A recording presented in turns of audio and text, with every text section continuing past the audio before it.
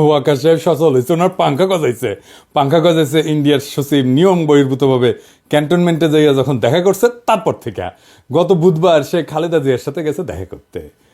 আমি যে প্রথম থেকে বলে আসতেছি যে এই ওয়াকার এটা ইন্ডিয়ান মাল, যখন বলেছি সিসির মতো একটা প্রো ইন্ডিয়ান সরকার বসাইতে চায় তখন সবাই আরে রে রে করে উঠছিল, এমন ভাব সবাই তখন ওয়াকার লীগ হয়ে উঠছিল, নতুন জাতির পিতা হয়ে উঠছিল ওয়াকার। এখন বুঝেছেন তো উঠতে কি কই বান্ধা আছে, যারা তখন সিক্কর মারিছিলেন আপনারা জবাব দিবেন ইন্ডিয়ান ফরেন সেক্রেটারির সাথে কিসের ইটিস পিটিস, তার জবাব আছে নাই।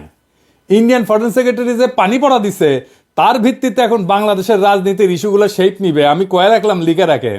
এরই একটা অ্যাসাইনমেন্ট হইতে পারে খালেদা জিয়ার সাথে দেখা করা, ওনারে কিছু বোঝানোর চেষ্টা করা। কি কি পানি পড়া দিছে ইন্ডিয়ান ফরেন সেক্রেটারি ওয়াকার রে, আসেন সেটা একটু বুঝে দেখি। কি দিছে এটা বলা মুশকিল, এটা ওয়াকার আর পররাষ্ট্র সচিব বিক্রম মিশ্র জানে, তবে আমরা অনুমান করতে পারি। এক নাম্বার, নতুন কোন রাজনৈতিক শক্তি যেন উত্থিত না হয়, কারণ সেই নতুন রাজনৈতিক শক্তি হবে ইন্ডিয়া বিরোধী। দুই নাম্বার, আওয়ামী লীগকে যেন রাজনীতি করতে দেওয়া হয়। তিন নাম্বার, জামাতকে যেন কোনো স্পেস না দেওয়া হয়। চার নাম্বার, এইসব কিছুর জন্য যেন ৭২-এর সংবিধান সমুন্নত থাকে। ৫ নাম্বার, নির্বাচন যেন দ্রুত হয়। নির্বাচন দ্রুত না হইলে বিএনপির খবর আছে ধানের শিশার কেউ চিনবে না, চিনবে নাকি টেম্পু স্ট্যান্ড। যাই হোক, এমনিতে বিএনপি আমার উপরে বিলা, আরো বিলা হোক সেটা চাই না। তাইলে যা যা ঘটতেছে রাজনৈতিক মহলে সেই সব এই লাইন বরাবর না। এবার বুঝেছেন তো কাটটিকি কই বান্দা, ইন্ডিয়া মারিচ্ছে ওইটি থেকে আর লাশ পড়িচ্ছে এইটি। ওয়াগার সাহেব ক্যাঙ্কা জাতির ত্রাণ করতে, এবার বুঝেছেন তো, বুঝছাও। এইবার আসেন সংবিধান নিয়ে আলাপ করি। ৭২-এর সংবিধানের মধ্যে কি পাইছে বিএনপি, এটা রাখাই লাগবি। একটা রিল দেখেছিলাম ফেসবুকে, দেখি গুটাইতে গুটাইতে যে মায়ের কাছে এক পোলা এক মাইয়া নিয়ে আসছে, তো কইছে যে এটা আমার বউ, তো মা কইছে কি আছে এর মধ্যে, তো পোলা কয় ওর মধ্যে তো নাতি আছে। দেখেন। ওমা, মা, হ্যাঁ, বলছি আমি বিয়ে করেছি, এইটা তোমার বৌমা। এই মেয়ে হবে আমার বাড়ির বউ? কি আছে এই মেয়ের মধ্যে? ওর মধ্যে তোমার নাতি আছে। ইনকা ওই ৭২-এর সংবিধানের মধ্যে কি আছে দেখি, কোন ভালোবাসায় বিএনপি কি ঢুকাইছে এর মধ্যে, হাঙ্গারে দেখা দরকার, তাই না? আসেন দেখি। বিএনপি ৭২-এর সংবিধান থাকুক এটা তো চায়, তাই না? তো মির্জা আব্বাস কইছে যে ওনার নাকি কষ্ট লাগে এই সংবিধানকে যখন বাদ দেওয়া লাগে। শহীদের রক্তের দিয়ে লেখা যে সংবিধান, সেই সংবিধানকে যখন কবর দেওয়ার কথা বলা হয় তখন কিন্তু আমাদের কষ্ট লাগে। তো মানেটা কি আব্বাস ভাই? উনি আবার কইছে কি, আমি পড়ে দেখলাম অনেক মন দিয়া, ভুল কইছে নাকি? কইছে যে আমি ৭২ সালের সংবিধানের সমর্থক নই, আমি ৭১ সালের সংবিধানের মুক্তিযুদ্ধের রক্তের সমর্থক। মানে কি, বাংলাটাও তো ঠিক মতো ব্যাপারের নাই। মানেটা কি আব্বাস ভাই? ৭১ সালের সংবিধান কোনটা? আওলায় গেলে হবে, এখন ক্ষমতা নাই যেতে যেতে। আরো কইছে যে মুক্তিযুদ্ধ হয়েছিল বলে এই সংবিধান, ওই সংবিধানে যদি খারাপ কিছু থাকে নিশ্চয়ই সেটা বাতিলযোগ্য। ওই সংবিধানে যদি খারাপ কিছু থাকে নিশ্চয়ই সেটা বাতিলযোগ্য। তো আব্বাস ভাই, কি খারাপ জিনিস আছে সংবিধানে? আপনি তো কইছেন যদি থাকে, তাহলে কি খারাপ জিনিস আছে সেটা বলেন, কি বাতিল করবেন সেটা বলেন। আমরা তো মনে করি ১ মণ সংবিধান, দুধের মধ্যে ১ ফোঁটা সোনা পড়েছে, পুরাটাই নষ্ট। তা আপনি বাদ দিবেন কি? পুরাটাই তো নষ্ট। একটা রাজনৈতিক দল হিসেবে আপনাদের তো বলতে হবে সংবিধানে খারাপ কি আছে। বলছেন কখনো? বলেন নাই। ওইটুকু কাজ তো করবেন না। ওই কাজ করার না আছে হ্যাডম, না আছে ইচ্ছা। সংবিধান সম্পর্কে আপনাদের ক্রিটিক্যাল পজিশন কি? নাই তো। তাই আপনারা এটা বদলাবেন না। অবশ্য ক্ষমতা গেল বদলানোর মতো সংখ্যাগরিষ্ঠতা আপনাদের থাকবে না, লিখে রাখেন, কয়ে দিলাম আজকে। না না, আমাদের বদ্ধ আপনার আর কি, আপনারা প্রত্যেকদিন নিশ্চিত করিচ্ছেন যে আপনাদের ভোট কমে। আপনাদের ভোটের মুরগি আপনি লেজে কাটবেন না গলায় কাটবেন সেটা আপনাদের ব্যাপার, কিন্তু আপনাদের বলতে হবে আপনারা কি বদলাবেন সংবিধানের। না বললে নির্বাচনে যাইতে পারবেন না। নির্বাচনে যাইয়া দেখেন কোন কিসিমের সমালোচনা শুনেন আমাদের কাছ থেকে টের পাইবেন, তখন ভাইবেন না আপনাদের ভোট দেওয়ার জন্য বসে আছে সবাই। না, ওই দিন বাগে খাইছে। কেন আপনাদের ভোট ব্যাংক বাগে খাইতেছে সেটা আমি আলাপ করবনি, দেখাই দিমুনি কেন আপনার ভোট ব্যাংক বাগে খাইতেছে। খুব মনে করেন যে মার্কা দেখে চাপ্পা দিবে, ওই দিন গেছে। আজ আমার আলাপ শুধু সংবিধান নিয়ে। আবার রিজিভ ভাই কইছে যে সংবিধান বাতিল মানে নাকি মুক্তিযুদ্ধকে অস্বীকার করা। উনি কাইন্দে শেষ মুজিবের ছবি কেন নামানো হয়েছে দেখেন। শেখ মুজিবের ছবি নামানোটা উচিত হয়নি। খন্দকার মোস্তাক নামিয়েছিলেন, জিয়াউর রহমান তুলেছিলেন। ইতিহাস আপনার নির্ধারণ করবে, বিচার করবে। তো সেই বিচারের ভার থাকলো, জনগণ বিচার করবে। কিন্তু আমাদের জাতীয় জীবনের, জাতীয় ইতিহাসের আন্দোলনে যার যতটুকু অবদান সেটা স্বীকার করা হোক। আমরা আওয়ামী লীগের মতো সংকীর্ণ নই, আমরা ছোট মনের প্রচার দেব না। এই জন্যই বলছি শেখ মুজিবের ছবি নামানোটা উচিত হয়নি। তো বাঘের পিছে যেমন ফেউ থাকে না, তেমনি বাংলাদেশের সরকারি দলের পিছে একটা গৃহপালিত বিরোধী দল থাকে। এটা এরশাদ শুরু করেছিল। এরশাদের ছিল আসাম রব, হাসিনার ছিল জাতীয় পার্টি, আর ক্ষমতায় যাইতে না যাইতে গৃহপালিত বিরোধী দল ইলেক্ট করে ফেলছে ওই বিএনপি, নূর সাকি এদেরকে দিয়া। এদের নমিনেশন আগেই কনফার্ম করেছে। দেখেন, নিজের দলের নমিনেশনের খবর নাই, ওই জোট সঙ্গীর নমিনেশন কনফার্ম করেছে 6 নেতার। হ্যাঁ, তো এই গৃহপালিত বিরোধী দলের এক নেতা নূর অলরেডি আওয়াজ দিতেছে তারা 72-এর সংবিধান বাতিল চায় না। বাকিরাও কবে, একটু ওয়েট করেন, এই 6 ক্যান্ডিডেটের জামানত বাজেয়াপ্ত হওয়ার চান্স আছে কলে। আমি কয়ে দিলাম, এখনই কয়ে দিলাম, বুঝছাও। আর যদি বঞ্চিত ক্যান্ডিডেট, বিএনপির যদি বঞ্চিত ক্যান্ডিডেট থাকবি না, ওটি ও যদি নাগরিক কমিটি বা জামাত ক্যান্ডিডেট করে, তাহলে এই 6 জনের এমপি হওয়ার কায়েসের কলে চারা। যাই হোক, আজকে আমার আলাপ বাংলাদেশের ধ্বজভঙ্গ সংবিধান নিয়ে। ওই আলাপ পরে আসলে বিএনপি সংবিধান ঠিক মতো পড়িছে আমার সন্দেহ আছে। আসেন না দেখি কি সংবিধানের মধ্যে কি আছে, কি ঢুকে রাখিছে। 1956 সালে পাকিস্তানের সংবিধানের একটা আলোচনা হইতেছিল। সেইখানে যেই সমস্ত ধারার সমালোচনা করেছিল আওয়ামী লীগ, সেগুলো 72-এর সংবিধানে ঢুকে দিছে। কেন আওয়ামী লীগ তখন সমালোচনা করেছিল? কেন? কারণ ওই শাসনতন্ত্রটা তৈরি করা হয়েছিল আইয়ুব খানকে সামনে রেখা। আইয়ুব খান যেন একটা এক নায়ক হইয়া উঠতে পারে, সেটা সব কিছু ওই শাসনতন্ত্রে ছিল পাকিস্তানের। তো পরে যখন বাংলাদেশ হইল, তখন যে থাকবে ক্ষমতা, সে যেন এক নায়ক হইয়া উঠতে পারে, সেই জন্য যা যা কিছু ছিল আইয়ুব খান ঢুকাইছিল, সব কিছু ঢুকাইছে। পাকিস্তানের ওই শাসনতন্ত্রে যে যে ক্ষমতা দেওয়া হয়েছিল না আইয়ুব খানকে, বাংলাদেশের এই 72-এর সংবিধানে প্রধানমন্ত্রীকে সে একই রকম ক্ষমতা দেওয়া হয়েছে। আপনি তো জানেন যে এমপি ইলেকশন হয়ে আসে 300টা সিট থেকে, কিন্তু এই এমপি কি কেন স্বাধীনভাবে কোনো আলাপ করতে পারে, সিদ্ধান্ত নিতে পারে, মতামত দিতে পারে না? দলের ডিসিশনের বাইরে গেলে সদস্যপদ বাতিল হয়ে যায়। মানে হাসিনা যেটা চাইবে, বা সংসদের নেতা যেটা চাইবে, বা ভবিষ্যৎ দলের নেতা যেটা চাইবে, সেখানে এমপিদের ভোট দিতে হবে। তাহলে আলাদা আলাদা এমপি থেকে লাভ কি, তাই না? দলের সিদ্ধান্তের বাইরে যদি ভোটই দিতে না পারে, তাহলে আলাদা আলাদা ভোট করার তো দরকার নাই। 300 জন আলাদা লোকের তো দরকার নেই, একজন থাকলেই হয়তো, তাই না? এই সংবিধানে মিশামিশি মেলা কথা লেখা আছে, কথা দিয়ে ভরে রেখেছে আর কি। লিখেছে প্রজাতন্ত্রের সকল ক্ষমতার মালিক নাকি জনগণ। বাপরে, তার মানে আমি আপনি জনগণ, তা আমি আপনি মালিক তো, তাই না? হ্যাঁ, তো লিখেছে কি? লিখেছে প্রজাতন্ত্রের সকল ক্ষমতার মালিক জনগণ। এটা দিয়া কিন্তু শেষ না, এরপরে বাক্যটা একটা সেমিকলন চিহ্ন দিয়া আবার ঘোষণা করছে যে এই ক্ষমতা কেবল সংবিধানের অধীনে ও কর্তৃত্বে কার্যকর হইবে। তাহলে প্রশ্ন যেটা স্বাভাবিকভাবে আসে সেটা হইতেছে যে সংবিধান জনগণের যে ক্ষমতা, এটা কাদের, কিভাবে প্রয়োগের দায়িত্বটা দিছে কাকে? এই ক্ষমতা কেবল সংবিধানের অধীনে ও কর্তৃত্বে কার্যকর হবে। তার মানে কি? তার মানে এই ক্ষমতাটা প্রয়োগের দায়িত্ব কারে দিছে, বুঝছেন? এই ক্ষমতা প্রয়োগের মালিক হইতেছে প্রধানমন্ত্রী। আপনি মালিক, কিন্তু প্রয়োগ করবে প্রধানমন্ত্রী। মানে বুঝেছেন তো, মালিক আপনি, কিন্তু মালিকের ক্ষমতা প্রধানমন্ত্রী। তো এই কাগজের মালিক হওয়া কাম কি, লাভ কি? বাড়ির মালিক আপনি, কিন্তু এই বাড়ির থেকে পাশের বাড়ির মুখলেস, তো এই বাড়ি থেকে আপনার লাভ কি? ভোট দেওয়ার অধিকার ছাড়া ক্ষমতা প্রয়োগের কোনো বিধান এই সংবিধানে কোথাও আপনি খুঁজে পাবেন না। তাও এই সামান্য অধিকারটাও কেড়ে নেওয়া হয়। তার ফলে সংবিধানে যাই লেখা থাকুক, মালিক বলুক যাই করুক, জনগণ আখেরে দাস হইয়া যায় রাজনৈতিক দলের। এবার আসেন রাষ্ট্রপতির ভূমিকা নিয়ে কথা বলি। সংবিধানে যে রাষ্ট্রপতি বিষয়ক অনুচ্ছেদ আছে না, ওইখানে বলা আছে যে কেবল প্রধানমন্ত্রী নিয়োগের ক্ষেত্র ব্যতীত রাষ্ট্রপতি অন্য সকল দায়িত্ব পালনে প্রধানমন্ত্রীর পরামর্শ অনুযায়ী কার্য করিবেন।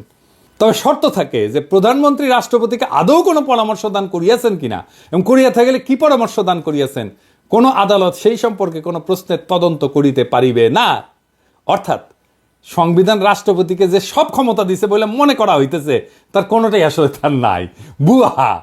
সবই প্রধানমন্ত্রী পরামর্শ অনুযায়ী প্রয়োগ করতে বাধ্য। তা প্রধানমন্ত্রী পরামর্শ ছাড়া যদি প্রয়োগ করতে না পারে, তাহলে রাষ্ট্রপতি থেকে লাভ কি কর বলেন তো? বিচারপতি, নির্বাচন কমিশনের নিয়োগ, সকল সাংবিধানিক পদে নিয়োগ দান, দণ্ডপ্রাপ্ত আসামির দণ্ড মওকুফ, কোনো কিছুই প্রধানমন্ত্রী পরামর্শ ব্যতীত করার ক্ষমতা সংবিধান রাষ্ট্রপতিকে দেয়নি। আবার সংবিধান পড়লে মনে হতে পারে যে রাষ্ট্রপতি প্রতিরক্ষা বাহিনীর সর্বাধিনায়ক, সে বিচারপতি নিয়োগ করে, অ্যাটর্নি জেনারেল নিয়োগ করে, নির্বাচন কমিশন মহাহিসাব নিরীক্ষক নিয়োগ করে। কিন্তু আগের অনুচ্ছেদটা যদি দেখেন না, তাইলে এই সমস্ত ক্ষমতা আসলে দেখা যাচ্ছে যে দৃশ্যত রাষ্ট্রপতির, কিন্তু প্রকৃতপক্ষে এটা প্রধানমন্ত্রীর আন্ডারে। রাষ্ট্রপতি প্রধানমন্ত্রীর আন্ডারে চাকরি করা এক বালসুন, যার নিজের কোনো ক্ষমতা নাই, চাঁদের মতো আর কি, নিজের কোনো আলো নাই। প্রধানমন্ত্রী সূর্যের আলোতে সে আলোকিত। তো সংবিধান অনুসারে বলছে যে রাষ্ট্রপতির আছে প্রধানমন্ত্রী নিয়োগের ক্ষমতা, কিন্তু এবার বলাও আছে যে সংসদের সংখ্যাগরিষ্ঠ সদস্যের আস্থাভাজন বলে রাষ্ট্রপতির নিয়োগ প্রতীয়মান হইতে হবে। তার মানে রাষ্ট্রপতি তাকেই প্রধানমন্ত্রী নিয়োগ করবে যে সংসদের সংখ্যাগরিষ্ঠ। তার মানে তার রাষ্ট্রপতির তো আসলে কোনো ক্ষমতা নাই। প্রকৃত অর্থে প্রধানমন্ত্রী নিয়োগের ক্ষমতাও তার না। এটা হলো সংখ্যাগরিষ্ঠ সংসদ সদস্যের ক্ষমতা। তারপরে প্রধানমন্ত্রী তো প্রজাতন্ত্রের নির্বাহী ক্ষমতার অধিকারী করছেই, মন্ত্রী নিয়োগ করা, বরখাস্তের এখতিয়ার সংবিধানে প্রধানমন্ত্রীকে দিছে। বাংলাদেশের সংবিধানে প্রধানমন্ত্রীকে যে ক্ষমতা দেওয়া হয়েছে, প্রাচীনকালের সম্রাটদের ওই ক্ষমতা ছিল না। আচ্ছা, এবার আসেন, পৃথিবীর সব দেশে ইমপিচ করা যায় রাষ্ট্রপ্রধানকে, তাই না? সংবিধান অনুসারে প্রধানমন্ত্রীকে কি ইমপিচ করা যায়? প্রধানমন্ত্রীর বিরুদ্ধে যদি কোনো অভিযোগ ওঠে, তাহলে তদন্ত করবে কে? এটাও কি রাষ্ট্রপতিকে প্রধানমন্ত্রীর সাথে পরামর্শ করে করতে হবে? প্রধান বিচারপতির বিরুদ্ধে যদি কোনো অভিযোগ ওঠে, তাহলে সেটা তদন্ত করার অধিকারী বা কে? কেমন করে করবে? প্রধানমন্ত্রী রাষ্ট্রীয় পররাষ্ট্র বিষয়ে রাষ্ট্রপতিকে অবহিত করবেন, ঠিক আছে, কিন্তু অবহিত হয়ে থাকে কি যথেষ্ট? যদি প্রধানমন্ত্রী কোনো রাষ্ট্রীয় কর্মকাণ্ড বা পররাষ্ট্র সম্পর্ক নির্ণয়, রাষ্ট্রীয় নিরাপত্তা, দেশের স্বাধীনতা, সার্বভৌমত্ব কিংবা বাংলাদেশের সংবিধানের সঙ্গে অসঙ্গতিপূর্ণ হয়, তাহলে তার বিচারটা করবে কে? এই বিচারের সুযোগ আমাদের সংবিধানে নাই। এইভাবেই সংবিধান প্রধানমন্ত্রীর স্বেচ্ছাচারিতার সুযোগ করে দেওয়া হয়েছে। এই সংবিধানের মধ্যে লুকায় আছে ফ্যাসিবাদের বীজ, এই সংবিধানের মধ্যে লুকায় আছে স্বৈরাচারের বীজ। ওই যে বলছি না, এর মধ্যে কি আছে? এইটাই আছে। ওইটাই বিএনপির পছন্দ। ও বিএনপি ওই আর একটা স্বৈরাচার হয়ে উঠতে চায়। এই যে আভ্যন্তরীণ রাজনীতি, অর্থনীতি, আইন শৃঙ্খলা পরিস্থিতিতে বিশৃঙ্খলা, অরাজকতা, এমনকি দেশদ্রোহিতা করছে যে হাসিনা, এর জন্য হাসিনাকে দায়ী, দোষী সাব্যস্ত করা, বিচার করার সাংবিধানিক সুযোগ সংবিধানে নাই। বুঝছাও? বিশ্বের সবচেয়ে ক্ষমতাধর ব্যক্তিকে, মার্কিন প্রেসিডেন্ট তো, তাই না, তারই ইমপিচ করা যায়। আর আমাদের সংবিধান এমন যে প্রধানমন্ত্রীকে ইমপিচ করা তো দূরে থাক, সাংবিধানিকভাবে তার কাছে জবাবদিহিতা চাওয়ার এবং আদায় করার কোনো সুযোগ নাই, ব্যবস্থাও নাই। এই জন্যই এই সংবিধান, ৭২-এর সংবিধান এত পছন্দ বিএনপির। বুঝছাও? এইবার আসেন দেখি যে রাষ্ট্র তার ঘোষিত নীতির উল্টা নীতিও এই সংবিধানের বলে বাস্তবায়ন করতে পারে। কেমনে? আসেন দেখি। সংবিধানে রাষ্ট্র পরিচালনার মূলনীতি লেখা আছে। তো একটা মূলনীতির তো একটা অংশ রাজনৈতিক, আমরা জানি, এবং একটা অংশ অর্থনৈতিক। রাষ্ট্র যে রাজনৈতিক এবং অর্থনৈতিক লক্ষ্য নির্ধারণ করছে, তার বাস্তবায়ন আদালতের এখতিয়ারের বাইরে রাখা হয়েছে। এই নিয়ে যদি কোনো প্রশ্ন নাও তোলা হয়, আর যদি রাষ্ট্র যদি তার ঘোষিত নীতির বিপরীতে কোনো নীতি বাস্তবায়ন করতে যায়, তাহলে সেটা আদালতে যায় বন্ধ করা যাবে না। যেমন ধরেন, আমাদের রাষ্ট্রীয় মূলনীতিতে স্বাস্থ্যকে, চিকিৎসাকে একটা মৌলিক অধিকার হিসেবে বর্ণনা করা হয়েছে। এখন আপনি যদি চিকিৎসা না পান, চিকিৎসা দিতে যদি না পারে, আপনি কি আদালতে যে মামলা করে দিতে পারবেন রাষ্ট্রের বিরুদ্ধে, সরকারের বিরুদ্ধে? পারবেন না। তো তাইলে মৌলিক অধিকার থেকে লাভ কি? এই সংসদকে 2/3 ভোটে সংবিধানের সব কিছু পরিবর্তন, স্থগিত, এটার ক্ষমতা দেওয়া হয়েছে। যেটা এমনকি মূলনীতি হইলেও, সংবিধানের মূলনীতি হইলেও, রাষ্ট্রীয় মূলনীতি হইলেও, সেটা মৌলিক অধিকার হইলেও, এমন যে কোনো কিছুই সে স্থগিত করে দিতে পারে, নষ্ট করে দিতে পারে। রাষ্ট্রের মূলনীতি বাস্তবে প্রয়োগ না করে সম্পূর্ণ বিপরীত পথে চললেও তা কোনোভাবে সংবিধানের লঙ্ঘন হবে না, যদি 2/3 ভোট আপনি পান। এবং এই রাহাজানি বন্ধ করার কোনো সাংবিধানিক ব্যবস্থা এই সংবিধানে নাই। 2/3 ভোট নিয়ে বাংলাদেশের নাম যদি গান্ডুল্যান্ড করে দেওয়া হয়, তাও সই, সেটাও সংবিধান সম্মত। আর এই সংবিধানে হাত দিতে হলে বিএনপি ব্যথা পায়। তো সংবিধান যদি জনগণের অভিপ্রায় প্রকাশ হয়, তার স্বাধীনতা রক্ষার সনদ হয়, তাহলে জনগণের ঊর্ধ্বে তো কারো অবস্থান হইতে পারে না। কিন্তু এমপিরা জনগণের ঊর্ধ্বে হয়ে যায় যদি তার 2/3 সংখ্যাগরিষ্ঠতা থাকে। সুতরাং জনগণ তার জাতীয় বা রাষ্ট্রীয় অভিপ্রায় হিসেবে যা ঠিক করবে, সেটা সংশোধনের এখতিয়ার কোনোভাবেই এই এমপিদের কাছে থাকতে পারে না। কিন্তু এই সংবিধানে আছে। জনগণের অনুমোদন ছাড়া সংবিধান সংশোধন হইতে পারে না, কিন্তু এই সংবিধানে করা যায়। আমেরিকার কথা ধরেন, সংবিধান সংশোধনের এখতিয়ার তো সিনেটের হাতে থাকে না। কেন থাকে না? কারণ সিনেট সদস্যরা নিজেরাই এই সংবিধানের মাধ্যমে ক্ষমতা নেয়।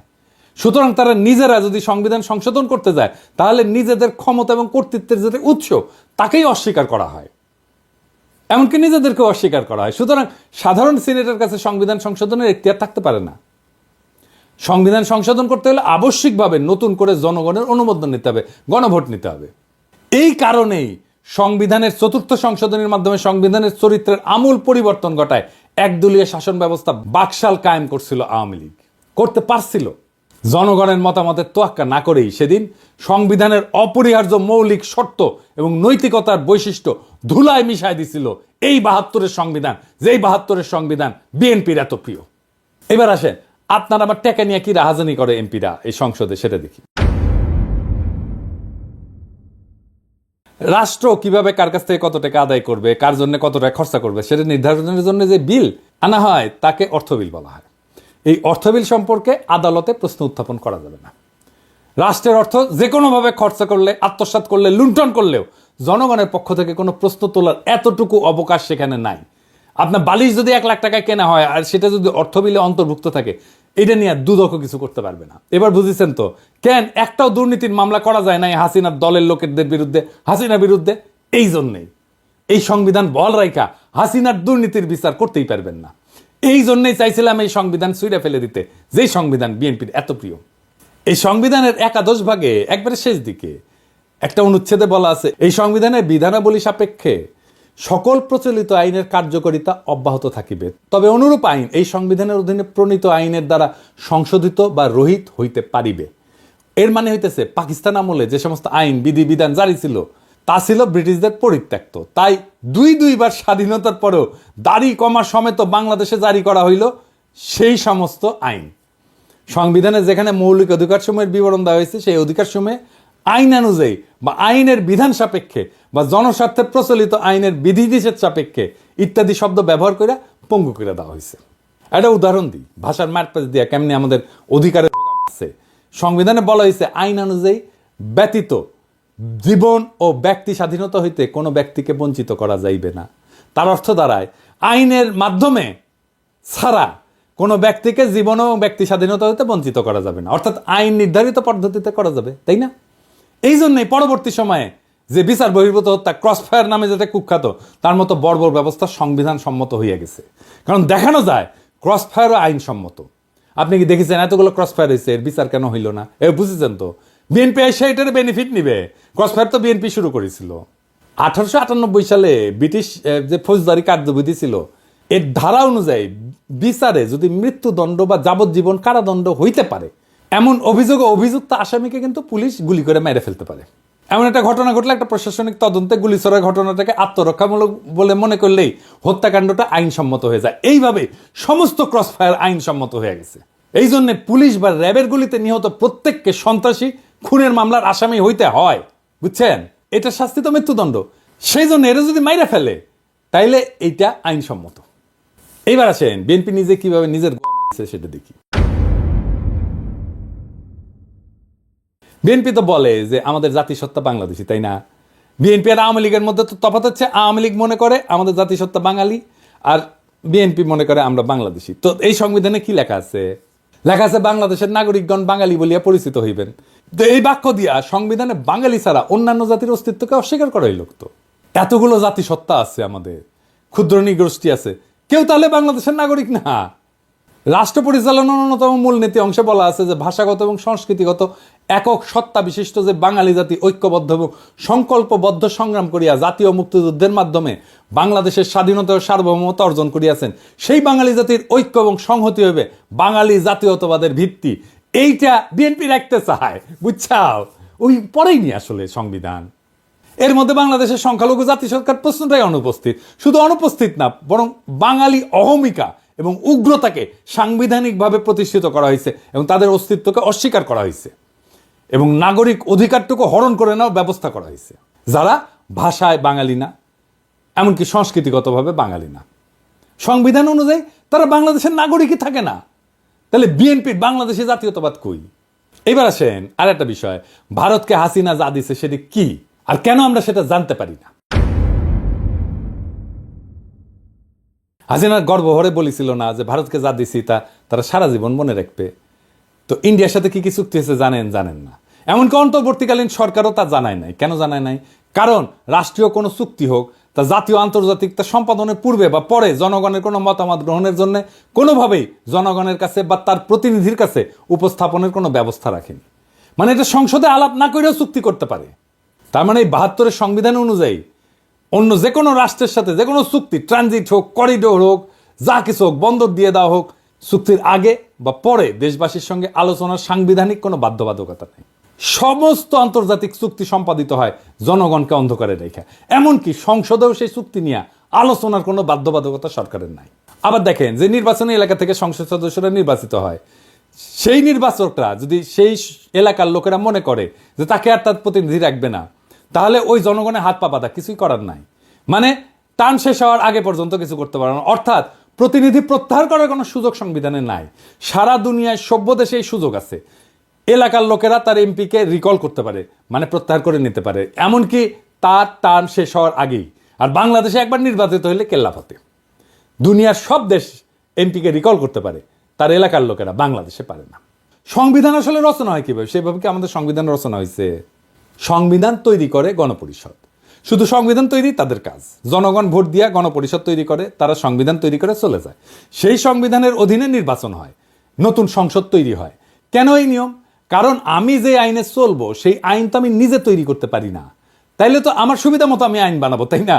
আমাদের সংবিধান তৈরি হয়েছে এমপিদের দিয়া। তারাই সংবিধান বানাইছে। তাদের সংবিধান বানানোর জন্য নির্বাচন করা হয়নি, কিন্তু তাদের এই সংবিধান বানানোর ম্যান্ডেটই ছিল না। তারা সংবিধান বানানোর পরে নিজেরাই কন্টিনিউ করছে এমপি হিসাবে, মানে নিজে যে আইন বানাইছে সেই আইন অনুযায়ী সে চলছে। মৌলানা ভাসানী কিন্তু বলছিল যে এই সংবিধানের খসড়া জনগণের কাছে প্রকাশ করার আগে সেটা দিল্লি পাঠানো হয়েছে। 72 সালে জুন মাসে নাকি, তখন আইনমন্ত্রী ছিল কামাল হোসেন, সে সংবিধানের খসড়া বগল দাবা করিয়া বিলাতে যাওয়ার নাম করে দিল্লিতে নাকি গেছিল।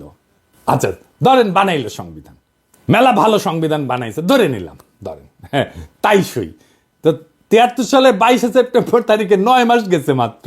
তারপরে সংবিধানের 33 নম্বর অনুচ্ছেদ সংশোধনীর জন্য দ্বিতীয় সংশোধনী বিল পাশ হইল এবং জরুরি আইন সংবিধানে সংযোজিত হইল। এটাও কিন্তু ভারতীয় সংবিধানের 22 নম্বর অনুচ্ছেদের কপি, বুঝছাও? ভারতীয় সংবিধানে আটকাদেশ মেয়াদ 3 থেকে 6 মাস। এনে বাংলাদেশের সংবিধানে আটকাদেশের মেয়াদ কিন্তু অনির্দিষ্টকাল পর্যন্ত, বুঝছাও? তো কি বালের সংবিধান বানাইছিলেন যে 1 বছর না যাইতে কাটাছেড়া করতে হয়? সেই সংবিধান বিএনপি প্রিয়। তাই সংবিধানে তাইলে কি মধু আছে? কি আছে সংবিধানের মধ্যে? এই সংবিধানে আছে ফ্যাসিবাদের বীজ, এই সংবিধানে আছে স্বৈরাচারের বীজ। এই সংবিধান ইন্ডিয়ার ব্রেন চাইল, এইটারই রক্ষা করতে চায় বিএনপি। ইন্ডিয়া আওয়ামী লীগের গোয়া মারিছে, বিএনপি আর সানন্দে বিএনপি পাইতে দিচ্ছে। কি পাইতে দিচ্ছে জিজ্ঞেস করেন না। বাংলাদেশের জনগণ এটা মানবে না। এই সংবিধানের অধীনে নির্বাচন হবে না। প্রফেসর ইউনূসের সরকারের ম্যান্ডেট নাই, বিএনপি বলে।